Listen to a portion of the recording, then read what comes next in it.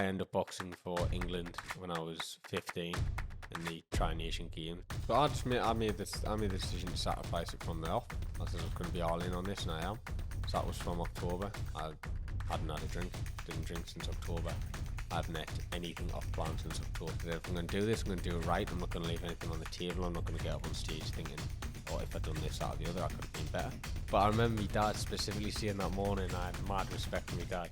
He said, like, just something along the lines of give no shit, take no shit, and don't get in any fight. And then in the middle of that fight, that sort of switched in my head, and I was like, oh shit, my dad's going to kill us. So today we are joined by online coach and natural bodybuilder, competing for his first time on Sunday, Ethan Kelly. How are you doing, Ethan? I'm doing well. Been better, but I'm doing well.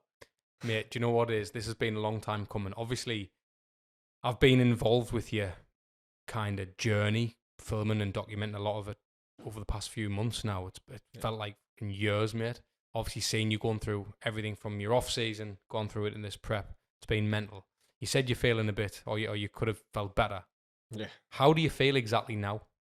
Right now, just feel, well, it's day 3 of the depletion before we carb up for the show on Sunday. So having a handful of spinach and a handful of chicken pretty much for every meal is it's going to have anyone feeling a bit down. I think I've got a bit of a cold hanging on this, but yeah, I just feel like sort of dragging your feet through the water is how I would describe it, no matter what you do. So even during the night, if you get up to go to the toilet, it's like you're getting up and walking through a pool to actually get to that toilet. It's at that stage now, and I just can't wait to fill up with some good old carbohydrates in the back end of this week. How hard is it, though, compared to how you thought? Because obviously you've signed up for this. No one's put you into this. And obviously you've got these personal goals which you want to achieve. How hard is it?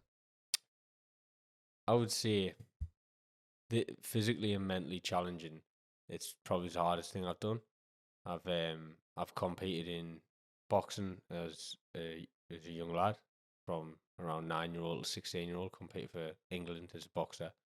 I've done the likes of Tough Mudder, ran like obviously a long distance during that period and stuff. But it's sort of the discipline side of things, the keeping consistent, the shutting off your social life and just being completely in the zone with bodybuilding. That is such a mental challenge, because obviously you've got everything else going on around you. You're seeing everyone else enjoying themselves and going away, and you've got work as well, and it's just trying to keep all those plates spinning while you're feeling like you can hardly get out of bed to start with. So it's it's definitely a hard challenge. I would say if your why isn't big enough, you're not going to get there. It's crazy, because I want to touch on that. You mentioned about your why there. If your why is not big enough, you've competed since you were 9-year-old as a boxer. Mm-hmm. I want to dig a little bit further into this and sort of how you came onto bodybuilding, and setting these kind of personal goals and having this discipline, where your why sprung from. What was it like growing up as you? What was your kind of support network like? What were your parents like? Siblings? What was it all like in terms of you being you to lead you up to this point? What was your upbringing like? So upbringing was I wouldn't say it was standard. It wasn't obviously the normal upbringing. I mean, if you start boxing at 9-year-old, it's not normal. If you're fighting in a workman's club, it's full of smoke when you're 11. It's not a normal upbringing by any means, but it was definitely one that taught us the value of discipline, the value of having goals, and like actually putting yourself into a hard place to earn them goals, and the reward from that you feel. Because I think especially in this day and age, you've got a huge imbalance of your reward to effort. So a lot of people are looking for quick rewards now, be that out on a drink, taking recreational drugs, whatever it is. It's a quick reward. You're doing something, you're getting something immediately back, and that delayed gratification is not being pushed as heavy. I think it's actually being pushed less now than ever, and everyone expects stuff on a plate for them. While obviously with the upbringing I had, that was never the case. It was always a case of putting the work in, always a case of having to work harder, And if you're fighting for your reward, it's probably, well, I would say it's the biggest effort you can do for a reward is have a physical fight with someone. So being brought up with that to the age of 16 through my younger years, it's obviously taught us a lot, and it's kept with us throughout. What's happening, guys? I hope you're enjoying the episode so far. If you are, please hit that like, hit the subscribe button, and press the notification bell so you don't miss another episode. Is boxing something you love doing, or was it something you were kind of pushed into? I didn't love boxing. That's plain and simple. I really didn't. Me dad boxed, and he loved boxing. That's why I got us into it. And I remember him saying at one point that when he had one son, immediately that's what sprung to mind. He was like, "Oh, yes, I get to have a boxer." And then he had another son, me, 11 and a half months later. He was like, "Jesus, I've got another boxer." All right, amazing. And obviously got us into sport young. And I think it's one of those things like you said there yourself, you were never pushed into any sport or stuff like that. And I would find it very hard for a kid without guidance to pick up a sport in general, that isn't the likes of football. If you're a kid without any guidance or push to get into a combat sport, that's so hard, like boxing, where you're making weight from a young age as well.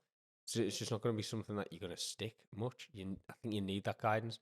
And a lot of kids find that guidance in boxing coaches when they're going to the gym. They find that sort of figure that they look up to and find. And obviously we found it in my dad. But it's something that I never really enjoyed, and I never really understood why I didn't enjoy it. And looking back, the only reason I can think of is because it wasn't my choice. And it was that rebellious kid attitude of, because I'm being told to do it, I don't want to do it.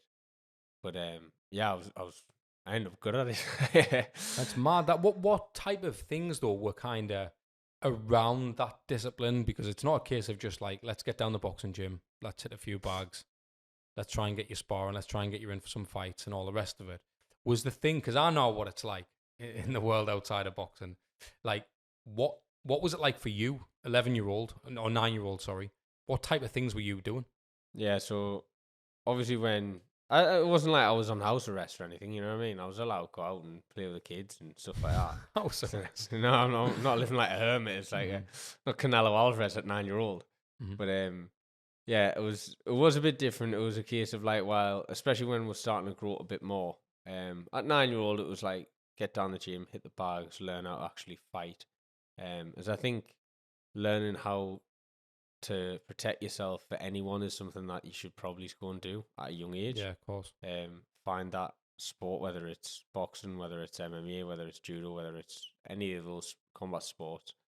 Go and learn how to do it. It's just going to benefit you later in life, because whether you think it now or not, if you're watching this, you probably will end up in a physical fight at one point in your life. Most people do, and knowing how to handle that situation is much better than being a rabbit in the headlights. So, that's fair. But yeah, as a kid, it was like, especially when we were going into the teen years, it was more like obviously other people were out drinking on street corners, like you said, and getting in trouble in parks. And we were never there with them. It was always a case of everything was focused around boxing, because we were entering the championship, so we were entering the higher competitive levels of the sport. And with my brother leading the way, when I hadn't actually competed, and I think he won his first 7 fights off the bounce, and then won his first nationals that he went in. And I was going in the next year. It was just a case of like, well, these two kids are good at this. Let's not let them squander it. So a lot of my life was towards boxing. So while other people were drinking on street corners, me and my brother in a sweatsuit skipping in the hallway. So it was a bit different. That's mad. That did you ever use what you'd learned in the gyms in real life scenarios?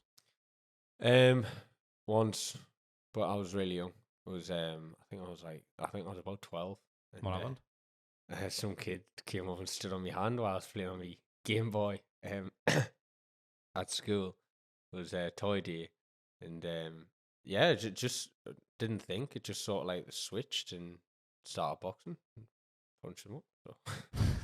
But the reason I asked this is I thought the whole idea of doing boxing was so you had the control not to just switch.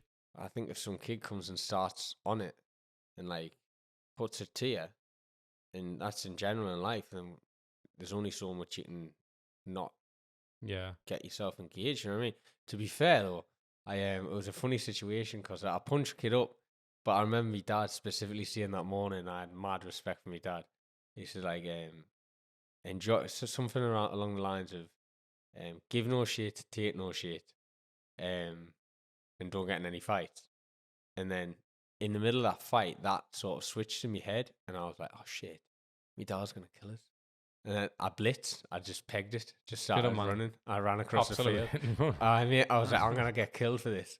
And turns out I didn't. He was like, obviously there was a fight, but it was just like that little switch in my head. I was like, oh no, my dad's gonna find out I had a fight. So what was going on in your life then? So you're 12-year-old. You've had that little scrap in school. Obviously, you're in and around the gyms and stuff. You know you're good at it. You've been kind of sort of noticed as a talent, you and your brother. What was kind of your level of wanting to pursue boxing at that point?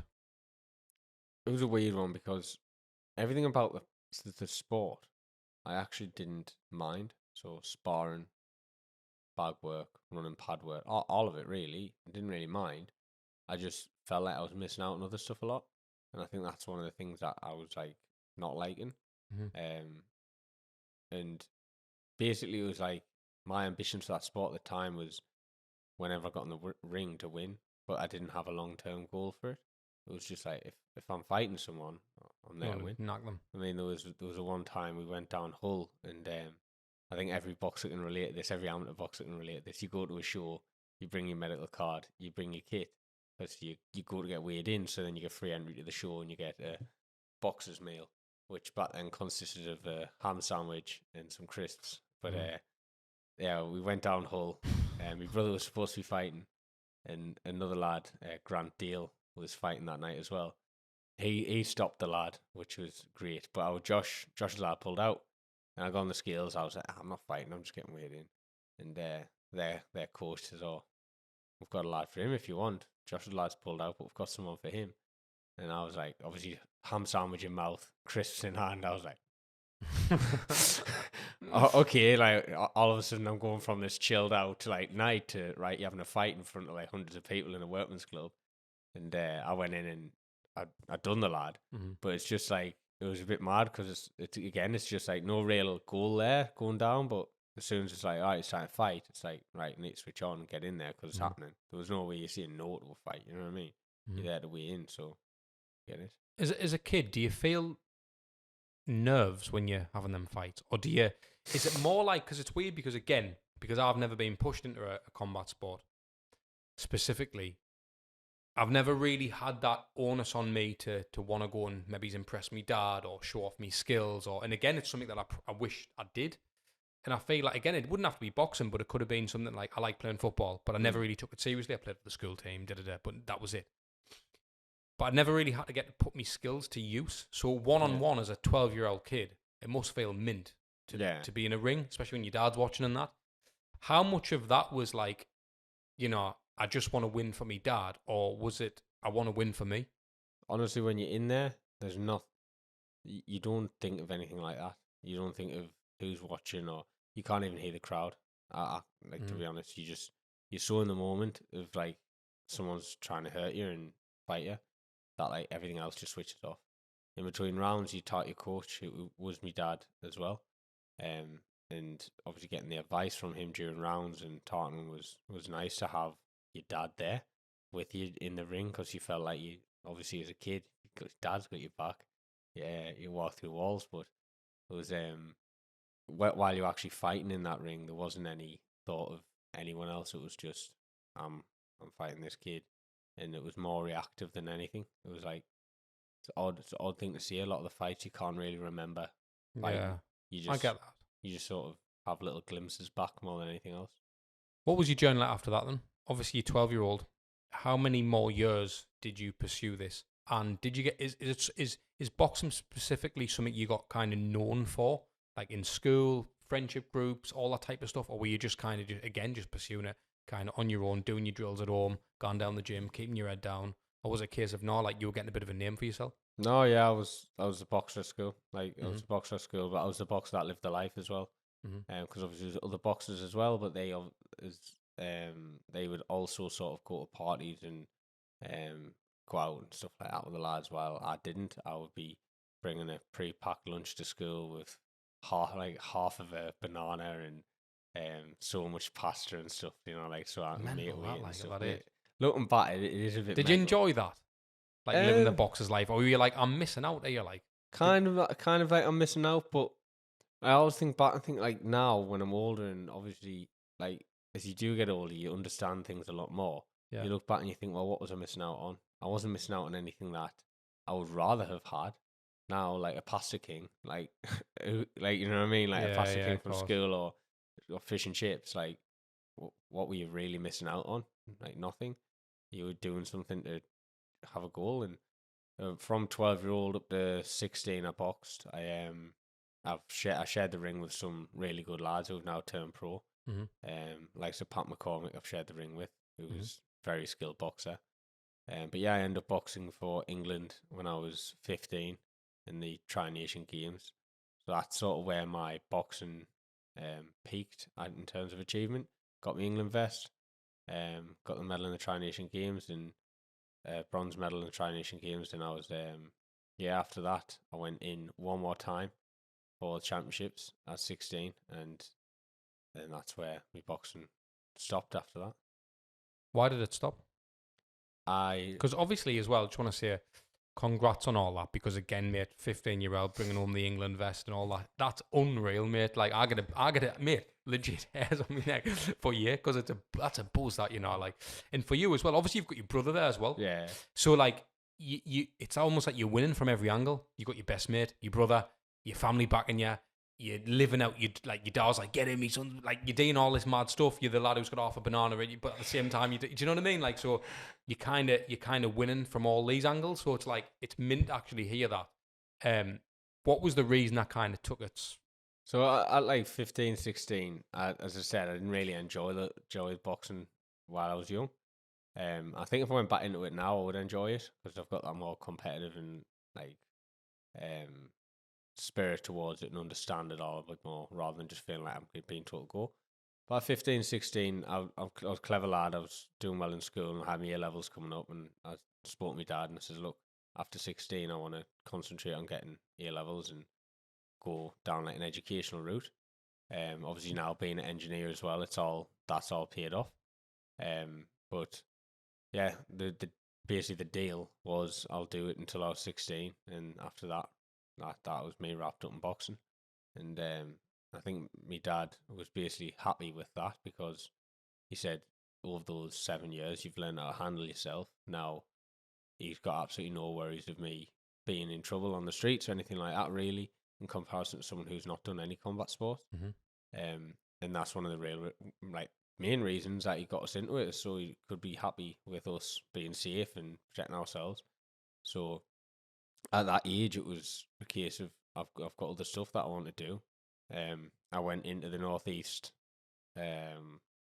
championships for national championships again, starting in the Northeast. Won my first fight and then got drawn against Pat McCormick. Got beat off Pat, and that was 16-year-old. That was wrapped. And were you gutted after that? After I got beat. Were you like, that's it now? Or was it a case of, I've still set out what I achieved to do? I achieved what I set out to do. Did you get what I'm saying? Yeah, so I was in two ways. Like, one was, this was the deal that I made. It's done. Like, no matter how far I was going in them championships, I was finishing after. But then, obviously, the other side is just being beat and didn't achieve what I achieved in the previous years. Previous year being I won the Tyne Tees and Weir 3 years off bounce, and that was the year that I got beaten it. That was obviously disappointing and took a couple of days to get over that. But then it was a case of like, look, it's part of life, winning, losing.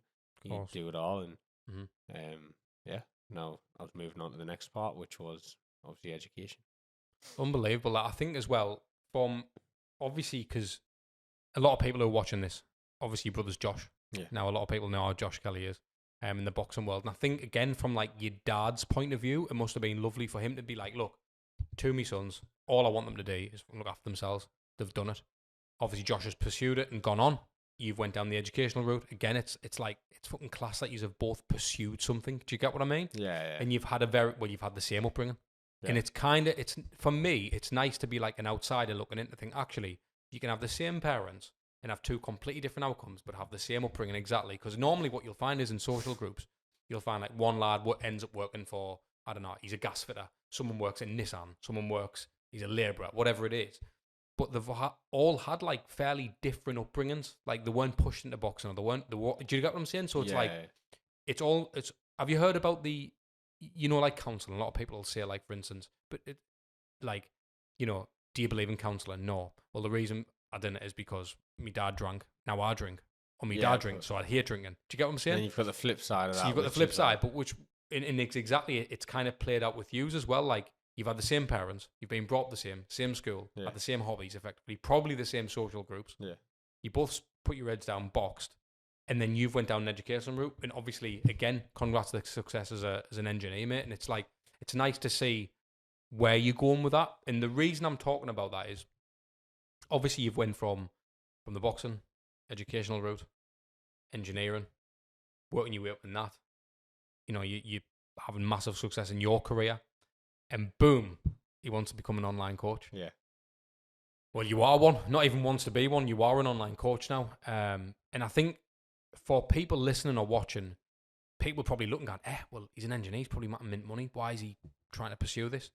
So one thing for people who are only listening, obviously you're in unbelievable nick now because you're in prep, but you've always been in good shape. Yeah. Is being in good shape something that you've always been, like, you felt like you've had to do, or you've just liked being in good shape? I think because it's probably came off the bat of how I ended boxing when I was 16.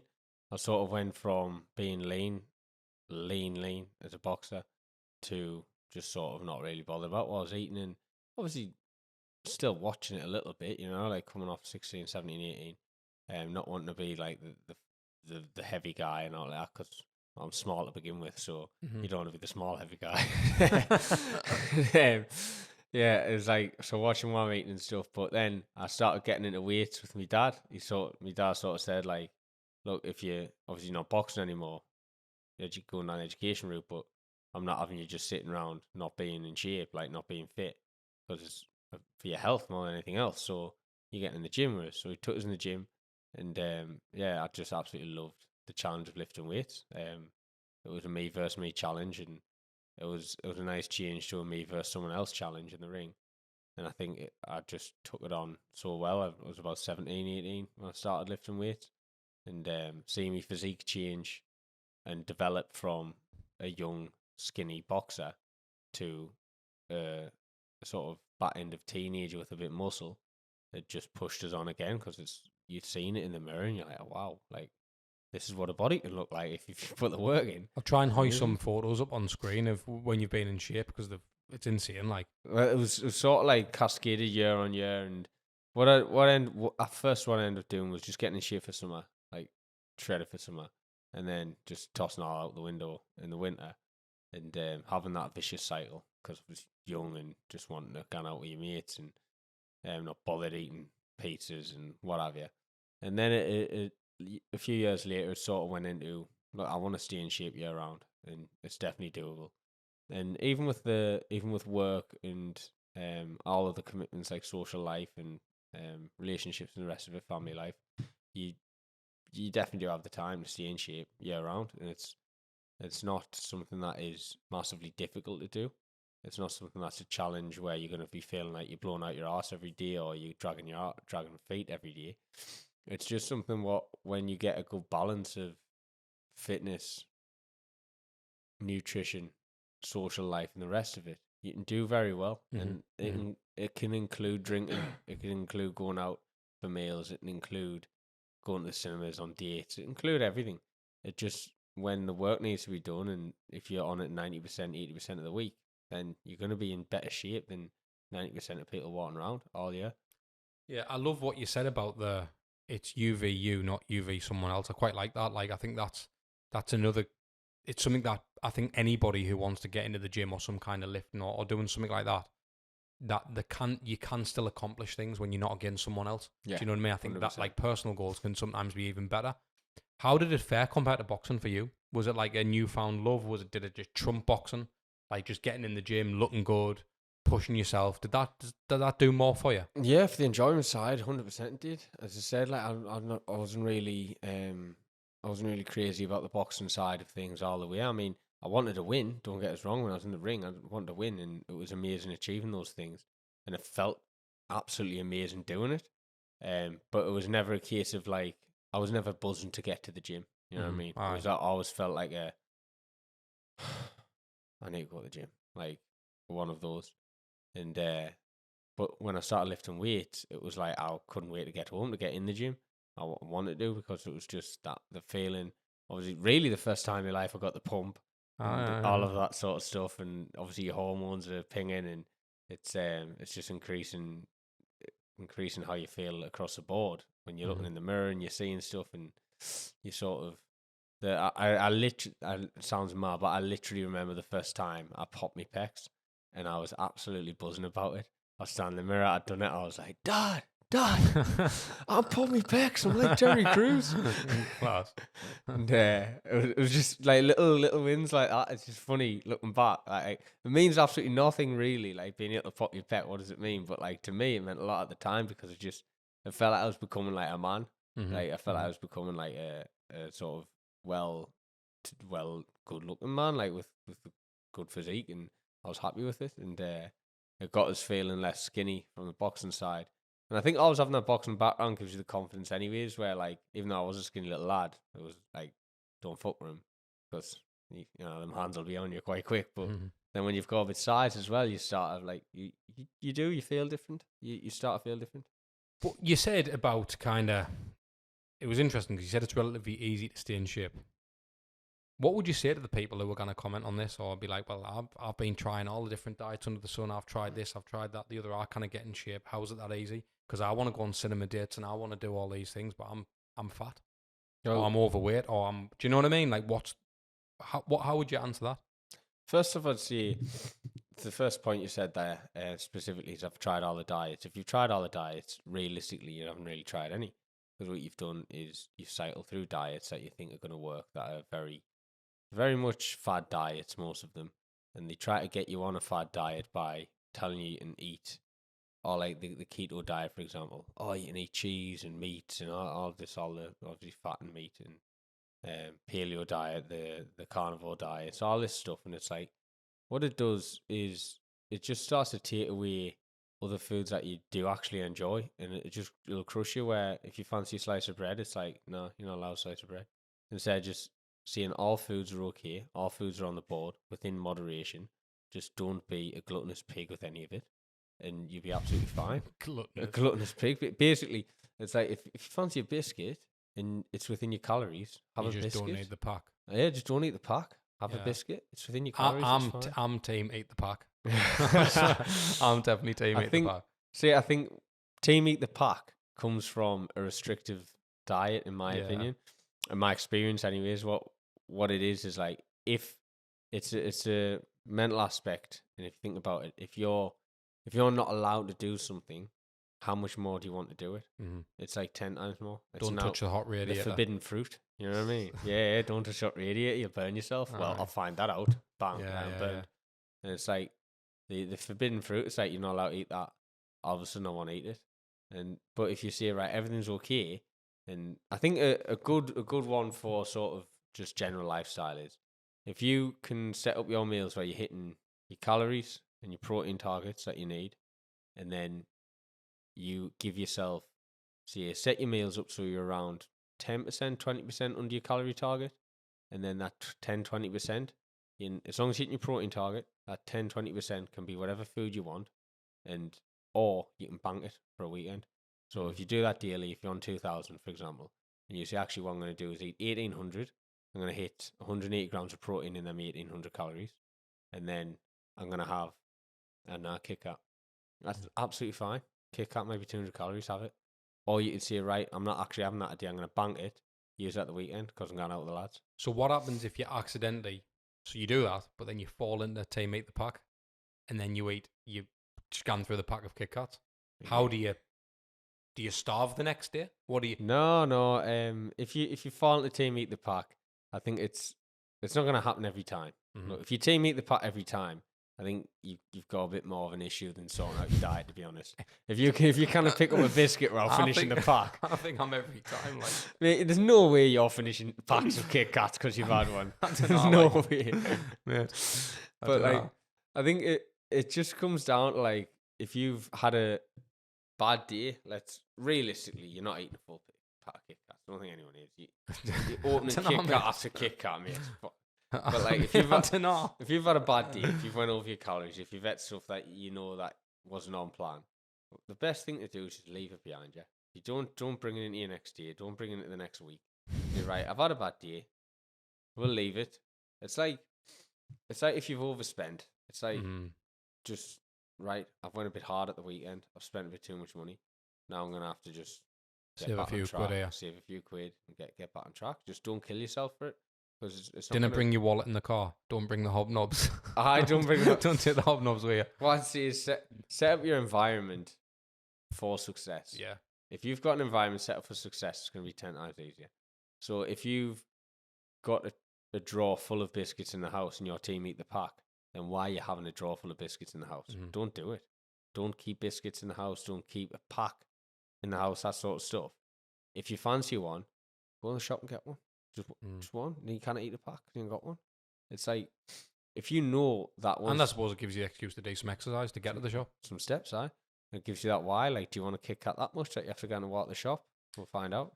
What I want to go into with you, Ethan, is obviously, again, you're an engineer, now an online coach as well, and you're running them side by side. For anyone listening or watching, they probably don't understand. Like, they're probably looking, thinking, why would you want to pursue the online coaching thing? You're already successful. You already have a great career. What's the reason you want to pursue that? So, with fitness being such a big influence on my life and sort of how I've shaped my life, I've always been the guy who's in shape. I've always been the guy who knows how to get in shape, and it's helped my mates time to time as well with advice and getting in shape for summer. It's something that I think it's a passion. It is a passion like engineering. Don't get us wrong. It's something that I enjoy doing. It's something that I've always enjoyed doing since I was young. It's like problem solving and the math side of thing, a bit of a nerd. But my passion is definitely fitness. And if I can help other people find that as well and have a good life while doing it, then sign me up. And that's what I saw is I knew I couldn't get on the gym floor because I've got a full-time job as an engineer. So online coaching was the way to go for us. I thought, well, what a brilliant way to help people. And I thought I need to pursue it because I just felt like I had a bit too much not to help other people. You know what I mean? And I think, like, obviously I'll put the links to your coaching and stuff in the description of the video, because I do feel like, obviously I've never been coached by you, but what I do know is about you, obviously I've worked with you for a while from a content point of view, and what I do know about you is how committed you are, how dedicated you are, and your knowledge is, I don't know how many coaches who've got the kind of extensive knowledge that you've got. And obviously you haven't just, burst onto the fitness scene over the last 6 months with a PT qualification. Yeah. You've kind of lived a life since you were 9-year-old. Do you know what I mean? Like, you've actually boxed, you've did it, you've competed, you've dieted, you've half a banana at school, you know what I mean? You've known how to not be team, eat the pack. You've done all that type of stuff. Yeah.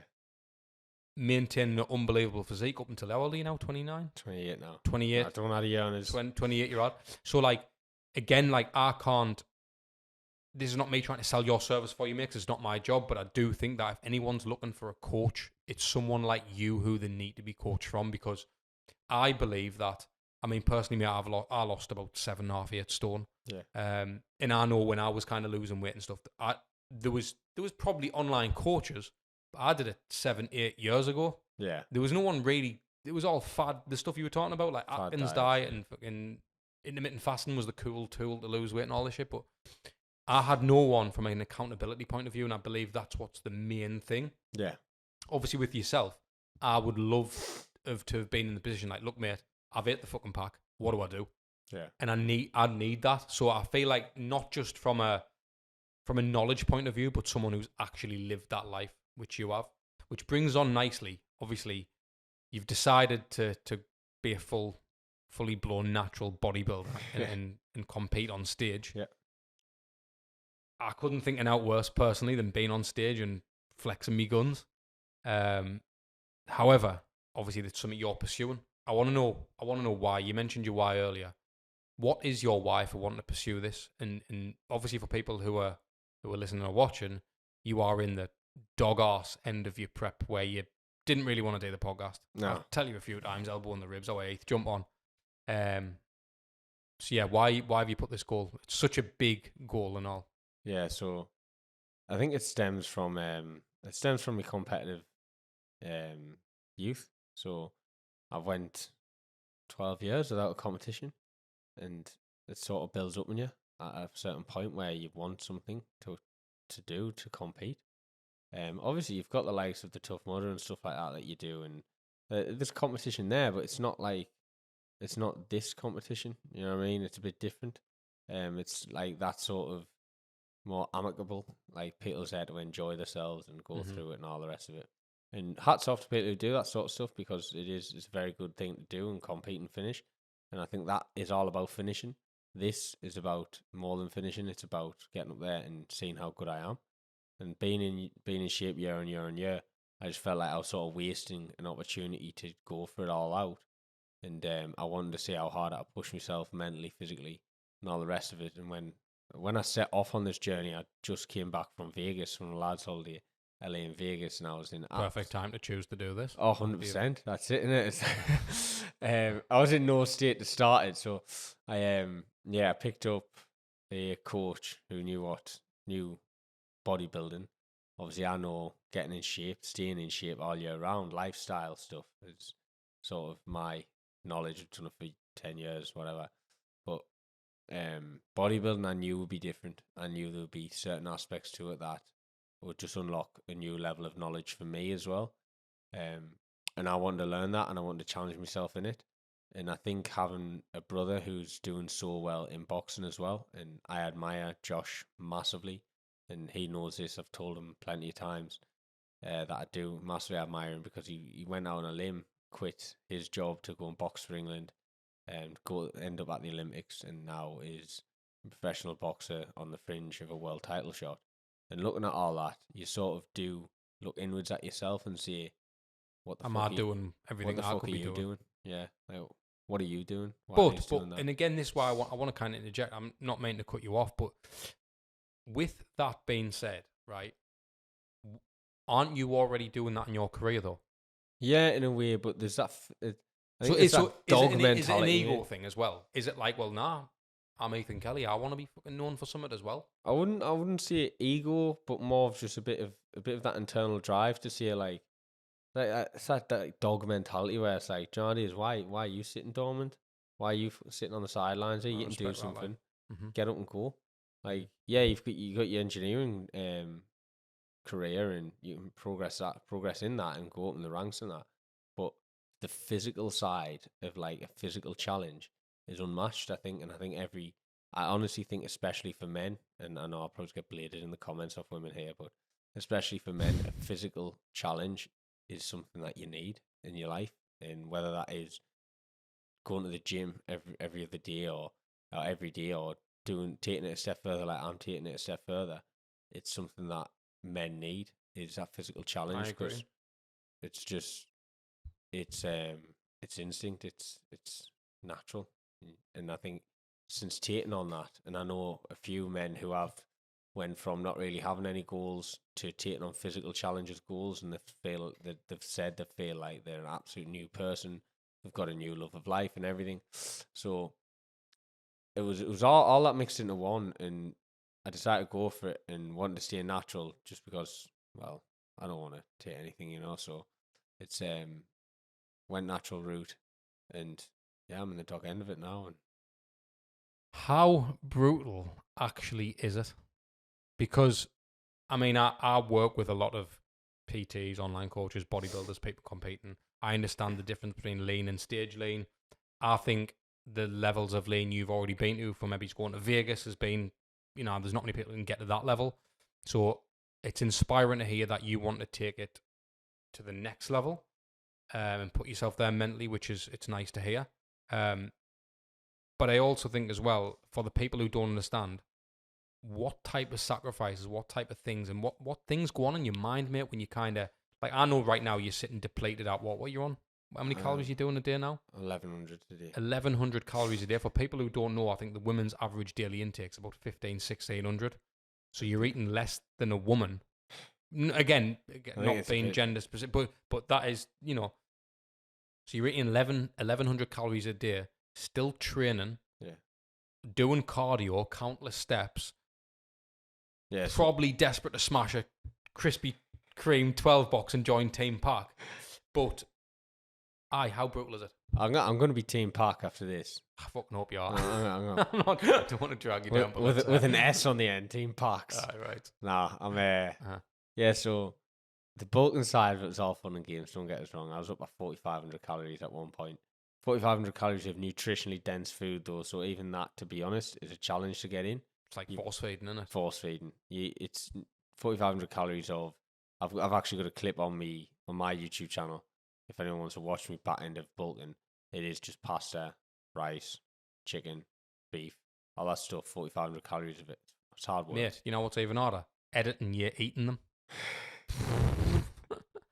But what other things have to go on though, like in terms of, especially with prep, because I understand there's force feeding when you're on the off season, you're bulking and you're trying to build that tissue, but when it comes into the prep, especially, I mean, will you tell me how many weeks do you have to make these sacrifices? What's going on? What's family life like? Career, dating? What's it all about? Because again, I know for a fact there's a lot of lads who are looking at someone like you because of how you look and going, he's in fucking great shape. I want to start bodybuilding.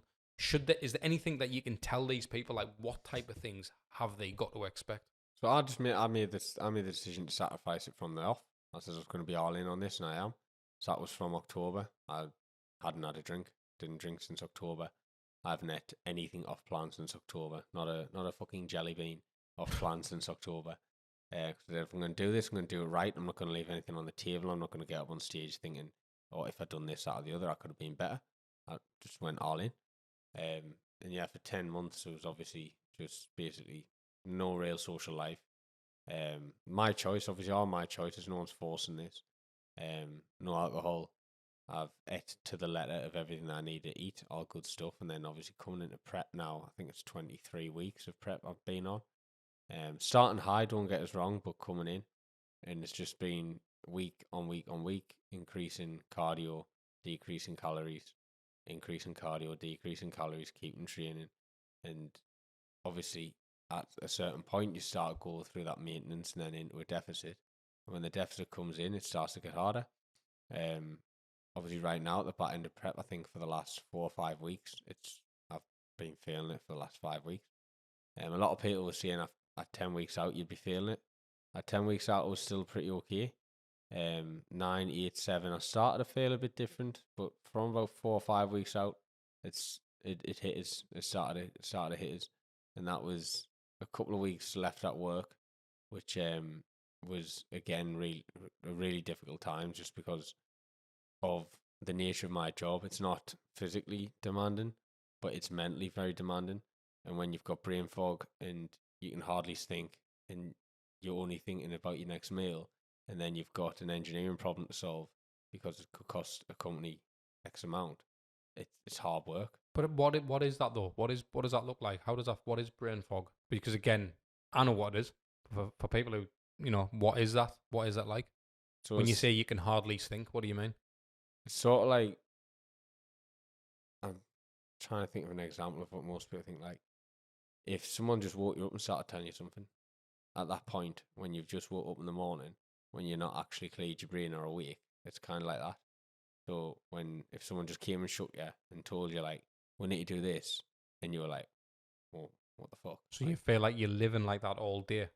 Sort of in and out. There's certain periods where it's like, obviously you're sitting there just sort of zoned out, and you're just thinking, like, can't wait to eat. What's it like with your family? Obviously, I've got to give a massive shout out to my family. My mum, my dad, my little sister living with them, because I still live at home at 28 and a half. But yeah, they've been absolutely fantastic and understanding, because I've sort of shut down in terms of my personality and like how I go on, and even the way I answer questions and stuff now, and I'm conscious of it, and I hate myself for it. I really do hate myself for it. It's like sort of very sharp answers, and then after I'll be like, look, I'm sorry, like shouldn't have answered like that. But they're very understanding of it all because obviously they understand the stuff I'm going through, not firsthand, but they can see it. And yeah, it's a bit trying in the house. I think a bit of a less understanding family unit would probably collapse. Kicked you out. Yeah, probably just kicked it out because it's a case of like coming in, just not really speaking to anyone, going upstairs, coming down, eating. Anyone talks was just yep, no, aye, yep. Aye, and you're not going to be a pleasure to be around, I suppose. And as well, like you've put yourself through, but they haven't. Yeah. They haven't chose to. It's not their choice. Do you know what I mean? So it's like sort of dealing with something that isn't they haven't chose to deal with, and that's yeah. And you know what? I think the bigger challenge, like if I was in your shoes, your mum and dad probably just want you to have some good scran. Yeah. They're like, sit down, have a pizza with us, man. Do you know what I mean? I think that temptation every day, although they probably don't say that to you all the time because they're supporting you with your goals, which again is phenomenal. But I feel like you know in your mind when they're getting, I don't know if they do, but if they ordering a Chinese on a Sunday night or whatever, you're probably thinking, oh no, they probably want me to be sitting in the sitting room and 100%. having meals with them and stuff. And you're probably then thinking, I mean, I'll ask you, like, do you kind of doubt your goals at any point? Like when this is happening, do you think, fuck, is this worth it? Like, Oh yeah. do you? I think if you've went through prep and as a bodybuilder and you're back in the prep and you haven't once thought yourself, John, is fuck this. John, is this worth it? Like, what am I actually doing this for? Questioned any of that, then either you've got the mindset of David Goggins or you're a fucking liar. Because, I mean, even Seaborn has thought the likes of that, of like, Johnny, I don't want to get on stage just yet. The top of the top, the best of the best. So it gets to everyone. It's you basically, you get to a certain point where you are just purely declaring war on your body. You're not giving your body what it needs. You're telling it to push harder than it can, and you're just dragging it through the trenches day in, day out. And as I said before, it's like, it's not even a case of, all right, you feel fine, and then you go to the gym and it's a bit harder. It's like, the other day, for example, I was weighing some food out, and I thought I had the scales out, but the other side of the kitchen, and it was that look over the kitchen and being like, I need to go and get them scales, and then dragging what feels like lead boots on your feet towards the scales to get them. What is it that keeps you going then? Like, why haven't you bottled it? Like, do you know what I mean? That beginning why, mate. I need to get up on stage and show what I can do, and there's nothing that's going to stop us. I need to get there, and I've took it this far. If you take it this far and you get to 2-3 weeks out, and then you hang the towel up, you've done 20 weeks of sacrifice for nothing. Do you think you need to have kind of had a background like you, like in terms of being shown discipline and stuff? Because like, or do you think anyone can do a prep properly and not eat a jelly bean and commit? I honestly think anyone can do it. But that anyone needs to have a good reason why they're going to do it. If you just grab some random guy and be like, oh, you're doing prep, then he's not going to stick it. Obviously not, because it's not what he wants to do. But you don't need to have a background of discipline or regimental upbringing to be able to do this. Like, most bodybuilders probably weren't brought up the way I was, and they're doing it. And it's because they've found that why on the way and they want it. But just going back to it, if you haven't got a why, if you haven't got that desire in you, you're not going to stick it. And on stage day, whether you get up on stage or not, on that day on Sunday, you'll see, and we will see, people who have done it and people who have ate the jelly beans. And it's all going to be revealed on stage that day, and I could not be one of them who stood there and clearly ate the jelly beans. It's not me. And I'll be there on the day, mate, watching. I can't, mate, I'm buzzing, you know. I'm just buzzing to see the whole, like, what you've managed to achieve. It's fucking mental. But I want to ask you a couple of things. One being, what has been truly your hardest day? Like, is the bit or the hardest point where you've been like, I can't do it anymore. Like I'm literally crumbling. Like, has there been a point where you've just been like, nah, gotta get through. There's been a couple of days where I've found it a bit harder, very hard. Got a bit emotional on those days, and I'm not an emotional person, but it spilled over. And yeah, it was one of the days was of pure lack of sleep. I think I had about 3 hours one night just because I had the dogs barking all night for no reason, and they had us up again. And I lumped myself to work that day. It was I think it was about 3 or 4 weeks out. We'd done a shoot. It was the chest workout, and I remember I remember sitting at work thinking to myself, like, the only thing I want to do right now is go to bed, and I've got some chicken and rice to eat, and I've got to do a chest workout, and I've got to do 28 minutes on the cardio, and I've got to get another 4,000 steps in, and it was just all going through my head, like, mate, just have this day off, it's fine, just have the day off. And it was that just mentality in the back of my head saying, nah, don't be a little bitch. Like, people are tired, so get on with it. So lump myself to the gym, got a chest workout in, arms, 28 minutes, hit on the Stairmaster, went out for a walk after I got my steps in, and then fell asleep within about 2 seconds when I hit the pillow that night. Mad, it's absolutely crazy. The other thing I wanted to ask as well, obviously, Natural Bodybuilder, you're looking around, you're looking at the competition, you're looking at what's going on, what people do. You know all about these type of things, what you see in gyms and stuff. Have you ever thought about potentially, even in this journey, like, maybe I can't do this natural, I need to jump on something? No, never. I think for me, and this is advice to anyone as well, this is my personal advice, will be, unless your goal is to be an Olympia, Mr. Olympia, or go for an IFBB Pro card, then don't do it. Even if it's for, I want to get jacked for summer, I want to get lean, I want to do this. The health risks massively outweigh the benefits unless you're doing it for your career in bodybuilding. That's my personal opinion.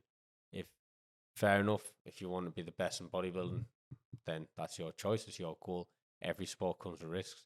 Boxing comes with risks. You get punched in the head, and that's a risk that boxers take. And obviously some of them take that risk, and it doesn't work out. And the same with bodybuilders. If you want to be the best in bodybuilding, you're going to have to take juice. And if that's what you want to do, then go for it. Fucking all good to you. Go for it. But if you're a standard guy who wants to look good on a picture in Ocean Beach, you can 100% do it natural. I know you can, and I'm going to prove that on Sunday. And every guy up there on stage will prove it on Sunday. All naturals. And you don't need juice to do it. Leave it alone. Boom, yeah, I cannot wait. Sunday, it's fucking go time. For anyone watching or listening, mate, potentially looking for a coach, or they could do with your services, or I know that you're doing YouTube. Where can people find you, mate?